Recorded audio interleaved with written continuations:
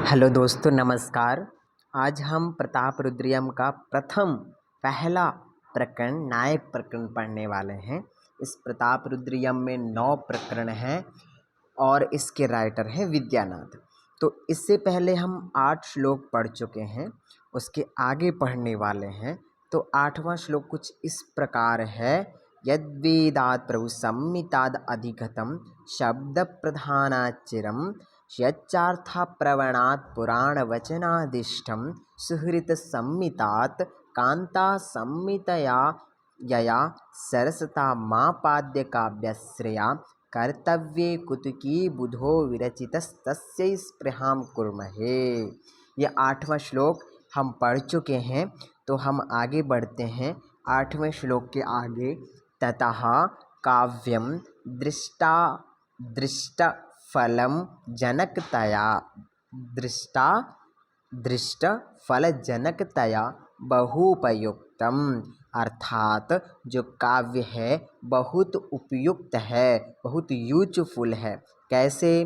प्रत्यक्ष और अप्रत्यक्ष फल की जनकतया मतलब प्राप्ति के लिए, उत्पत्ति के लिए। किसकी? प्रत्यक्ष और अप्रत्यक्ष फल की उत्पत्ति के लिए या प्राप्ति के लिए जो काव्य है वो बहुत उपयुक्त है, बहुत यूजफुल है। आगे तच्च उक्तम काव्य प्रकाशे, और इसका और विस्तृत रूप में वर्णन करने के लिए, बताने के लिए, प्रमाण के लिए ये काव्य प्रकाश का श्लोक एक ले करके वो प्रतिस्थापित कर रहे हैं। कौन? विद्यानाथ जी। काव्य प्रकाश मम्मट का है, मम्मट आचार्य का। काव्यम यशसे अर्थकृते व्यवहार विदेशिवेत रक्षतये सद्यः परनिर्वृत्तये कांता संमिततोपदेशयुजे। अर्थात ये मम्मटाचार्य जी कह रहे हैं कि काव्य जो है वो यश की प्राप्ति करवाता है। काव्यम यशसे, काव्य यश की प्राप्ति करवाता है। काव्यम अर्थकृते, काव्य अर्थ की प्राप्ति करवाता है। काव्यम व्यवहार विदे, काव्य व्यवहार की शिक्षा देता है। काव्यम शिवेत रक्षतये, काव्य अमंगल का नाश तथा मंगल की प्राप्ति करवाता है। काव्यम सद्यः पर निर्वृतये, जो काव्य है वो काव्य क्या करता है?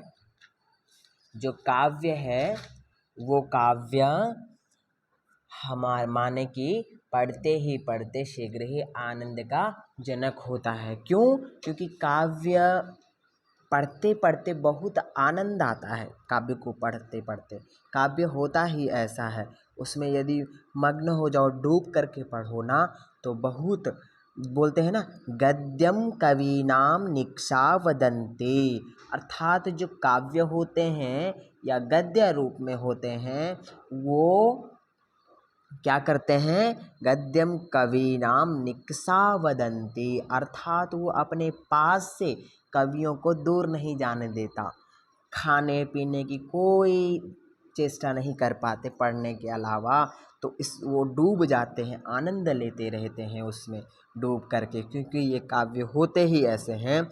तो काव्यम सद्यः परनिवृत्तये, पढ़ने में आनंद की प्राप्ति कराते हैं और दुख को दूर करते हैं। काव्यम कांता संमिततयुपदेशयुजे, जो काव्य है वो कांता की तरह रस युक्त उपदेश देता है। कांता मतलब क्या होता है? चमक होते हैं, उसकी तरह ओजपूर्ण वो रस से युक्त उपदेश देता है, हमें गाइड करता है। हमें प्रसिद्ध चैतन्य महाप्रबंधेषु, प्रसिद्धम, प्रसिद्ध है ये। क्या प्रसिद्ध है? जो मम्मटाचार्य ने बताया कि काव्य ऐसा ऐसा करता है। कैसे कैसे करता है? यश की प्राप्ति, अर्थ की प्राप्ति, व्यवहार की शिक्षा, अमंगल का नाश इत्यादि जो और ज्ञान में आनंद, पढ़ने पढ़ाने में आनंद इत्यादि की जो प्राप्ति होती है, इन सब का प्रसिद्ध है। किसमें? चैतन्य महाप्रबंधेषु, चैतन्य महाप्रबंध में ये प्रसिद्ध है। क्या प्रसिद्ध है? परिवर्धते विज्ञानं संभाव्यते यशोर्जन्ते गुणाः श्रूयते सुपुरुषचरितं किं तद्देन न हरन्ति काव्यालापाः। अर्थात जो ऊपर हमने बताया कि काव्य से यश की प्राप्ति, अर्थ की प्राप्ति और व्यवहार की शिक्षा, मंगल का नाश इत्यादि होता है, तो उसको चैतन्य प्रबंध में विद्यानाथ जी उसको संग्रहित किए हैं और वो प्रसिद्ध है। क्या प्रसिद्ध है? प्रसिद्ध ये है कि किम तद्देन न हरन्ति काव्यालापाः, काव्य का आलाप जो है वो हमारे मन को, लोगों के मन को हर्षित नहीं करता, आकर्षित नहीं करता। क्या? क्यों? क्योंकि जो काव्य होते हैं उसमें श्रूयते सुपुरुष चरितम, जो काव्य होते हैं उसमें सुपुरुषों का, जैसे रामायण में श्री राम का चरित्र, गीता महाभारत में श्री कृष्ण का चरित्र, तो ये लोग हमको क्या हरन्ति काव्यालापाः, आकर्षित नहीं करते क्या हमको, इनको पढ़ने के लिए, इनको जानने के लिए, महाभारत को जानने के लिए, रामायण को जानने के लिए आकर्षित नहीं करते क्या? करते हैं। इसीलिए श्रूयते सुपुरुष चरितम किम तद्देन न हरन्ति काव्यालापाः, अर्थात जिस काव्य में जहाँ पर सुपुरुषों का चरित्र का वर्णन होता है, अर्थात उनके चरित्र हमें सुनाई देता है, वहाँ पे क्या होता है? परिवर्धते विज्ञानम, ज्ञान की वृद्धि होती है।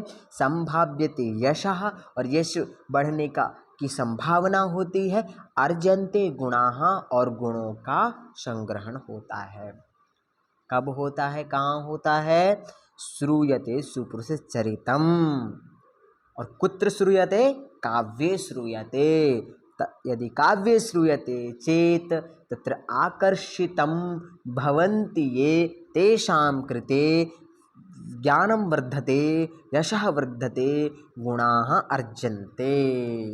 आगे, यत्र पुनः उक्तं पुरुषचरितं न निबध्यते, जहाँ पर फिर से उत्तम पुरुषों का चरित्र निबद्ध नहीं है, वर्णित नहीं है, जिस काव्य में तत्काव्यम परित्यज्यमेव, उस काव्य को त्याग ही देना चाहिए।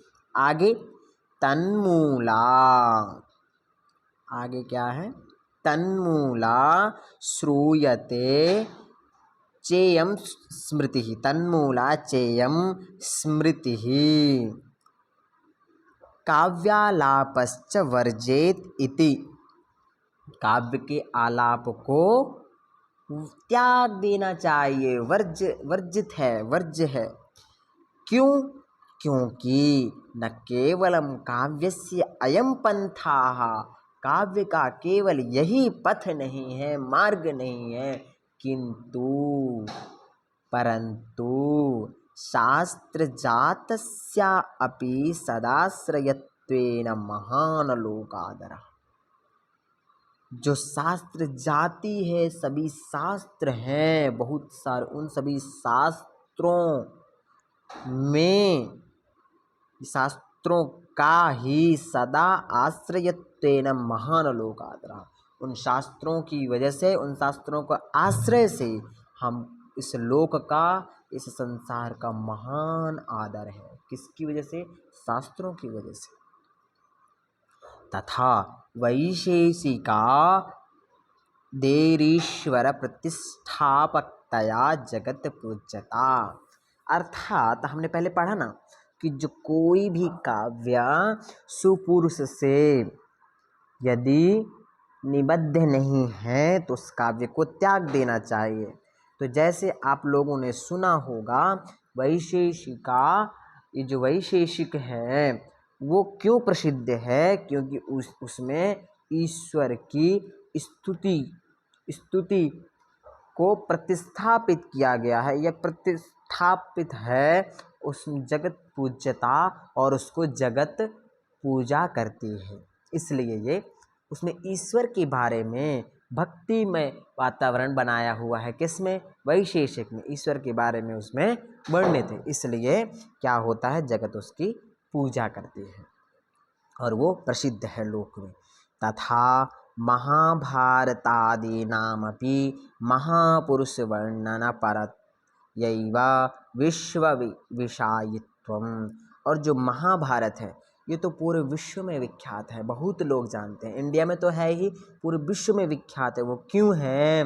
क्योंकि महापुरुष वर्णना परत्यैव, महापुरुष का उसमें वर्णन है। श्री कृष्ण का, अर्जुन का, पंच पांडवों का, सुदामा का, मित्र का, सबके बारे में उसमें वर्णन है, इसलिए वो विश्व विख्यात है। इसका मतलब विद्यानाथ जी सही कह रहे हैं कि जिस काव्य में, जिस ग्रंथ में, जिस शास्त्र में सुपुरुषों का, सुपुरुष के चरित्रों का वर्णन नहीं होगा वो शास्त्र परित्यज्य है, था तो वो अस्वीकरणीय है।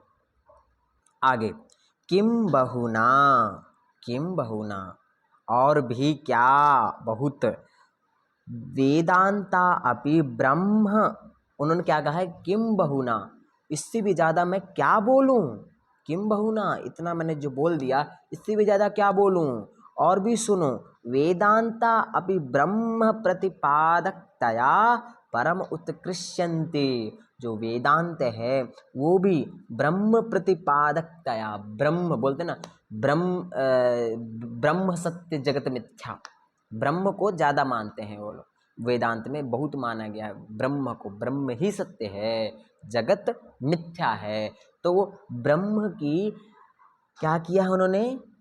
उसको ज़्यादा माना है, उनके बारे में वर्णन किया है। इसलिए ब्रह्म प्रतिपादकतया, ब्रह्म के प्रतिपादन की वजह से परम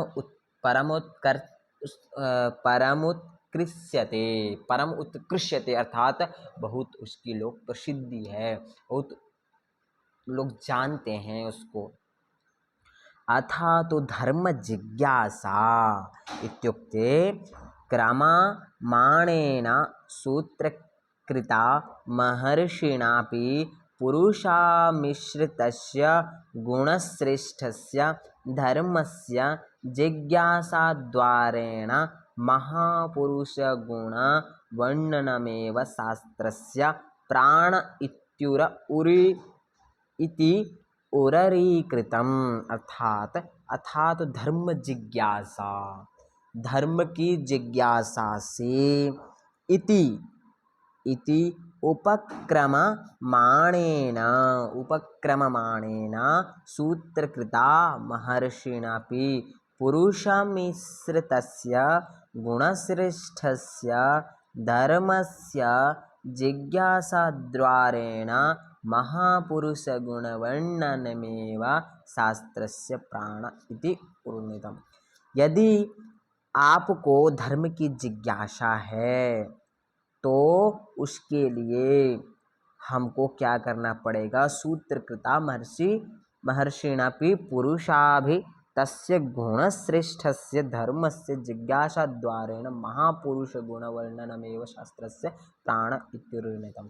मतलब महान जो पुरुष हैं, यदि हमको धर्म की जिज्ञासा है, किसी चीज़ को जानना है, तो हमको जो महान जो पुरुष हैं, जो हुए हैं पहले, उनके बारे में जानना पड़ेगा, उनके बारे में हमको समझना पड़ेगा, उनके क्या गुण हैं उनको हमें धारण करना पड़ेगा, तब हमारा धर्म जिज्ञासा परिपूर्ण होगी।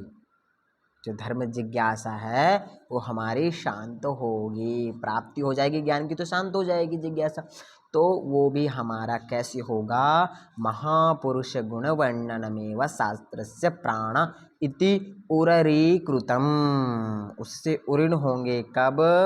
जब महापुरुष वर्णनमेव शास्त्रस्य प्राण जो है, जो शास्त्र है उसको पढ़ेंगे, उसके जिज्ञासा द्वारेण, किसके? तस्या गुणा श्रेष्ठस्य धर्मस्य जिज्ञासा द्वारेण, इसकी जिज्ञासा के द्वारा महापुरुष वर्णन मेव शास्त्रस्य प्राण इत्युर्णितम्। जो महापुरुष का जो गुणों का वर्णन है वो शास्त्र का प्राण है, प्राण है शास्त्र का, महापुरुष के चरित्र का, गुणों का वर्णन काव्य का प्राण है। तो वो भी हमें महापुरुषों के बारे में जानना पड़ेगा, तब हम इत्यादि धर्म इत्यादि जिज्ञासा से हम धर्म जिज्ञासा से हम दूर हो पाएंगे और उसको प्राप्त कर पाएंगे, धर्म जिज्ञासा को शांत कर पाएंगे।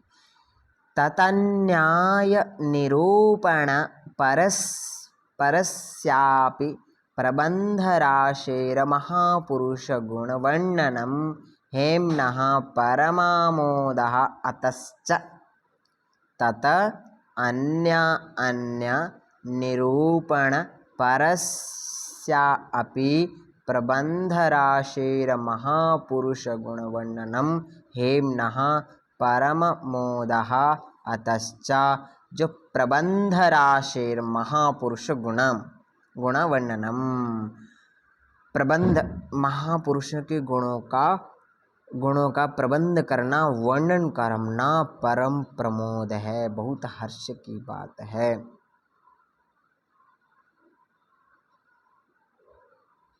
बहुत हर्ष की बात है। तो आगे भी दिया हुआ है, ये इन्होंने बताया काव्य के विशेषता के बारे में बताया। जिस काव्य में सुपुरुष चरित नहीं है वो काव्य परित्यज्य है, इत्यादि के बारे में जो इन्होंने बताया कि काव्य से क्या क्या किस किस चीज़ की प्राप्ति होती है, यश की, अर्थ की और व्यवहारिक शिक्षा की प्राप्ति होती है, अमंगल का नाश होता है, ज्ञान की वृद्धि होती है, गुणों की वृद्धि होती है, इत्यादि जो इन्होंने बताया, वो सब बताने के बाद में अविद्यानाथ जी बताएंगे कि ये जो ग्रंथ है प्रतापरुद्रियम जो ग्रंथ है, ये प्रतापरुद्रियम ग्रंथ में किसका सुपुरुष चरित है? इसमें प्रताप रुद्रदेव का सुपुरुष चरित है, इसलिए ये प्रसिद्ध है, ये लोग बताएंगे। तो इसको हम आगे की क्लास में पढ़ेंगे, बहुत ही आनंदवर्धक है, बहुत ही अच्छा है। तो आप बने रहिए इस क्लास में, आगे की क्लास में हम देखेंगे। आज के लिए इतना ही, धन्यवाद।